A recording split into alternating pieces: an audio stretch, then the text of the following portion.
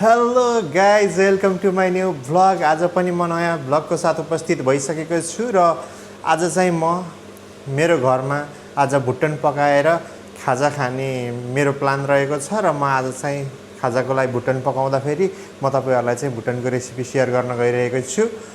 मैले भुटन अलरेडी लिएर आइसकेको छु र अब चाहिँ म त्यसलाई पकाउँछु। सँगसँगै म तपाईँहरूलाई चाहिँ यसको रेसिपी पनि सेयर गर्नेछु। यदि मन पर्यो भने तपाईँहरूले यो रेसिपी फलो गर्न सक्नुहुन्छ।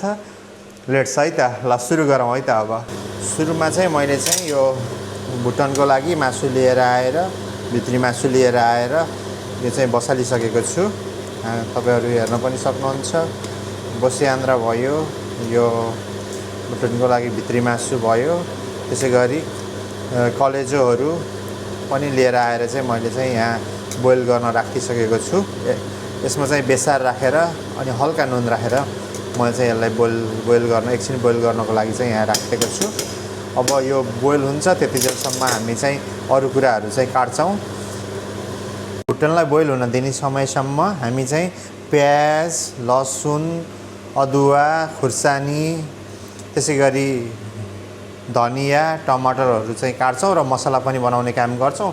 त्यसै गरी हामीसँग बजारको मसला साथै मिट मसला पनि छ र यो भुटनको मासु चाहिँ राम्रोसँग बोइल भइसकेपछि हामी चाहिँ यसमा चाहिँ पकाउन थाल्नेछौँ। त्यसै गरी यो मजासँग उम्लिसकेपछि यसलाई निकाल्ने बेला बेलामा चाहिँ हामीले चेक गर्न सकिन्छ यो कतिको रेडी भएको छ भनेर। त्यसै गरी यो राम्रोसँग बोइल भइसकेपछि यसलाई चाहिँ मजाले पखाल्नुपर्ने हुन्छ। यसलाई चाहिँ मैले चाहिँ चिसो पानीले राम्रोसँग यसलाई मिची यसलाई पखाल्ने।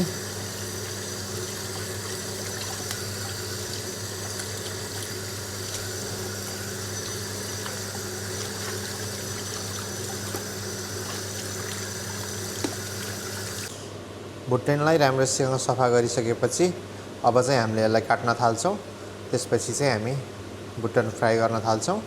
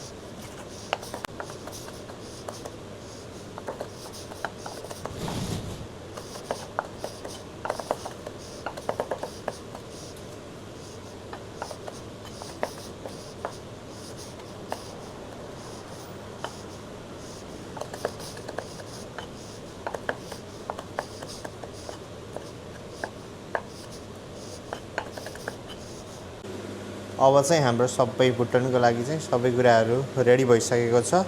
अब चाहिँ हामी भुटन पकाउन गइरहेका छौँ। लेट्स सी है त।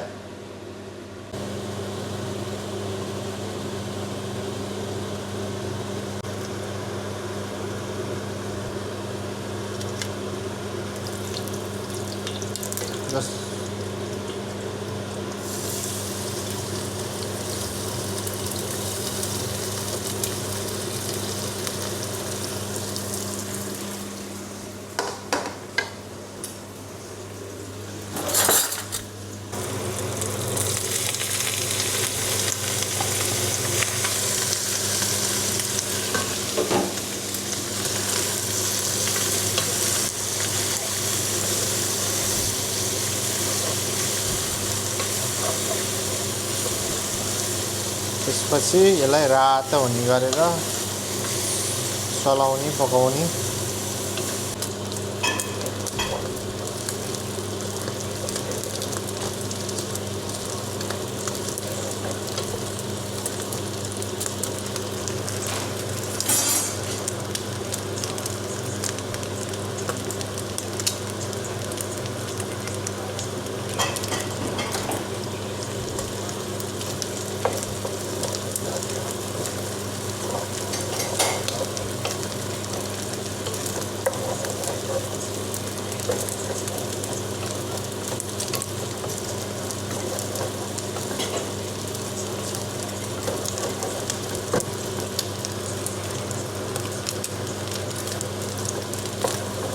बेसार हालिसकेपछि यसलाई चाहिँ मजाले भुट्ने।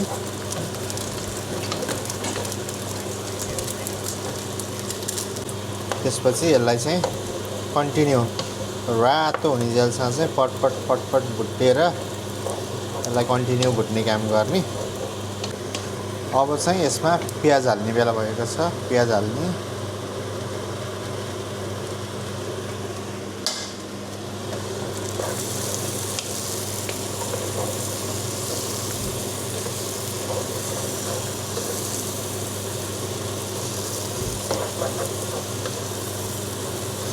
प्याजलाई पनि मजासम्म भुट्ने। मासु अलरेडी रातो हुन थालिसकेको छ।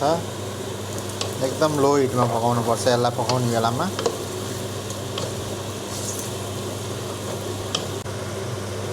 त्यसमा अब पालो आएको छ स्वाद अनुसारको नुन हाल्ने।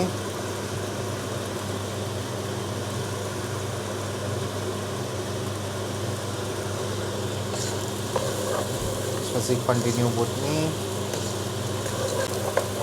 अब यो यतिको भइसकेपछि रातो भएर यो अलरेडी भुटिसकेको छ।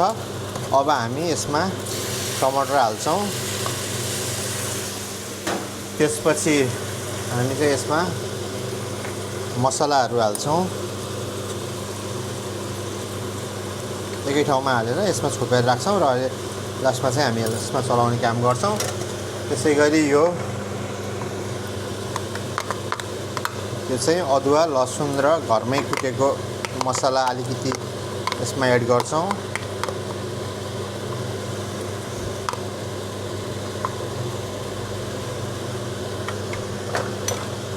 त्यसपछि हल्का मिट मसला पनि।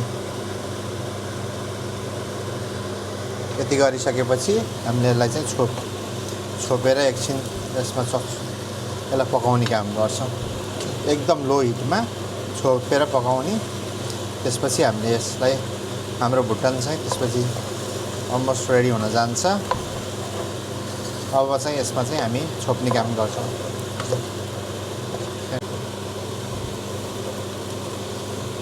फाइनल्ली हाम्रो भुटन चाहिँ रेडी भइसकेको छ। अब म यसमा चाहिँ गार्निस गर्न गइरहेको छु। म यसमा चाहिँ धनियाँले र प्याजले चाहिँ गार्निस गर्छु।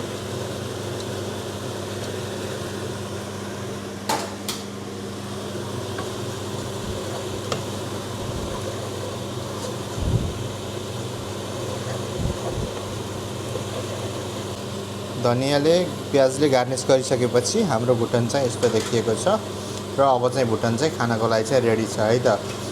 अब हामी तपाईहरुलाई भुटन प्लेटमा सर्भ गरेर पनि देखाउने छौं।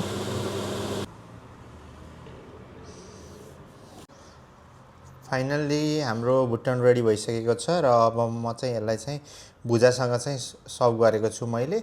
र अब हामी चाहिँ अब युट्युब हेर्दै अब आजको खाजा भुटन सेट इन्जोय गर्न गइरहेका छौं। तपाईहरु पनि भुटन सेट यसरी नै बनाएर चाहिँ तपाईहरुले घरमै बनाएर मेरो रेसिपी हेरेर तपाईहरुले पनि खान सक्नुहुन्छ। Thank you.